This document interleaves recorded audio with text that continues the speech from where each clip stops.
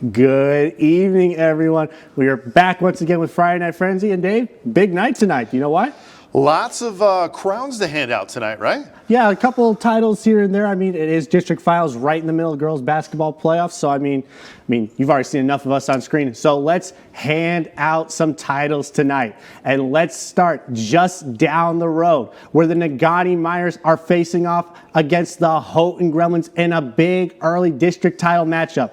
And early on, it was all Gremlins, as we're going to get the highlights on screen. Trust me, as it's going to be Paige Sleeman dropping the dime inside early on to Gwen Markham, who makes the contested layup go for Houghton. Now Gremlins back on the attack, and Sleeman getting another dime, this time going with the cross-court pass to Megan Trewella, who nails the triple. And now Miners trailing by 5 points, but not panicking at all, as it's going to be Lily Nelson assessing the situation and then driving and dishing to Ella Mason, who finished with 19 points as she splashes the three. And now, in one possession game, Miners still trailing right now, but it's going to be Mason doing it all by herself, driving for the layup to get the and one to put them up by a point. And now Miners still leading by one. And this time, it's going to be driving in Summer Duduo with the own layup to increase that lead a little bit. But you can't exactly get away from the Gremlins that easily, as Stella Wickstrom going up and away for the layup to keep it a 1 point game. The Miners, though, getting that great ball movement and sniper shots from their star players like Mason as she bangs another three home. And these teams traded blow all night, but the Negaunee Miners bring home the district title as they beat the Gremlins 52-41. And now let's head a little bit north where the Baraga Vikings are taking on the Lawrence Purple Hornets in their district finals matchup. And defense wins championships days as the Vikings force a turnover. And it's going to be Reed Osterman taking it the whole way and then finishing it off with the nice spin move and bucket. And now Vikings mixing it up down low as it's going to be Kylie Michelson getting the board. And then the no-look pass to Corey Jafston ripping the net on the triple. Purple Hornets, though, looking to run and gun themselves as it's going to be Chelsea Latilna from the corner, answering with her own three, saying, anything you can do, I can do just as well. The Vikings, though, sense the challenge, and Jensen on the heat check. Another triple for the Vikings. And let's get one more in here as we're just trading them back and forth right now as Latilla, again, one dribble. And it's good. The Vikings, though, coming at you from all different angles in this game, as it's going to be McKenna Hendrickson with the nice hesitation and then drive all the way for the nice teardrop bucket. And the Baraga Vikings win their fourth straight district title as they beat the Purple Hornets 58-24. And Dave, why don't you hand out some more titles for us right now? Let's do it. Kearney NATO, Connor, they're getting the championship trophy there, 48-25, and on to Noggin, 35-31 in a close one. Let's get some more highlights here. Emma Rudder and the Superior Central Cougars hosting Madison and Munising Mustangs. Matson there. First quarter, Matson gets a steal, goes coast to coast, up with the layup. Mustangs up early. With the Cougars, they'd answer inside. Riley Johnson makes a move under, gets underneath the defense up on the glass, and that's good. Cougars again, Rudder up the middle. Check this out. She gets a three-pointer over to her team out in the corner there. That's good. Back and forth. Mustangs answer. Bailey Corcoran gets it to go. Sammy Johnson, though, her turn. More on her in a little bit. She calmly corrals the pass, pivots, hits the jumper. How about back-to-back shots for Johnson? Picks up the dribble. Strong drive up. Nice looking layup. Mustangs fighting back, though. Matson to Monique Brisson to Emmy Kripp for the jumper, and that's good. But Rudder, well, she's doing her thing tonight. Hard drive to the rack. Up and good again. Just before the half, Matson runs into a Cougars brick wall here, somehow finds Corcoran, who puts it in. But check this out, Connor. If it's your night, you're going to hit shots like this. Sammy Johnson, half-court buzzer beater to end the half. Cougars, well, they hold on. 55-47. Sammy Johnson, 18 points as a freshman. Superior Central District 100 champions.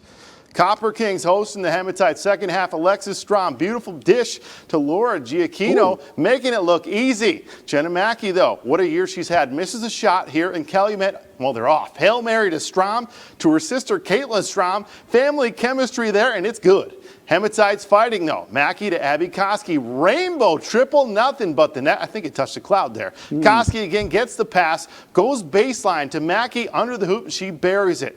Quite a run for the Hematites, but tonight that would end, Connor. Strom to Lizzie Tarola. Up and good. Defense, well, it was incredible all season. Here they are again. Calumet, they get the movement here. Locust to Strom to Mary Beth Hallinan for a lay-in. How good is she? And in case you were curious, Connor, well, the Calumet bank is open late, confirmed by Jana Locus. She goes high off the glass and banks it home. Calumet pressing all game. Mackey still finds Hannah DeLowry over to Addie Morton, who buries the triple, touching barely net. That was a good shot there. But as I mentioned, Calumet, their defense, tenacious all night. Locus for a lay-in. And Calumet is your District 65 champions. They win, Connor, 68-29. Tell us some more scores, Connor. All right, let's hand out some more crowds. The Agadian Eagles get a 1-point win against the Rudger Bulldogs, 54-53. And the Sault Ste. Marie Blue Devils move it on again as they beat the Boyne City Ramblers 47-36.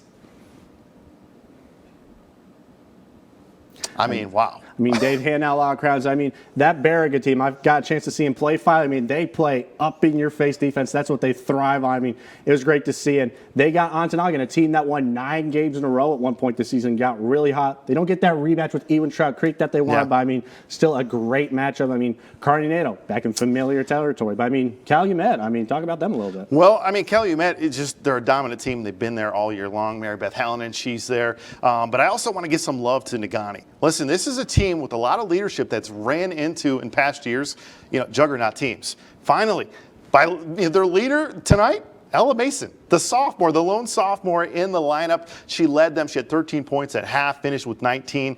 That type of leadership, Alyssa Hill, Summer DeDudo, there's a lot of talent on that team, and you like to see them move on. So congrats to them. Congratulations to all the teams that won. And speaking of Calumet, we're going to figure out who they play when we return with more scores and highlights with Friday Night Frenzy after the break.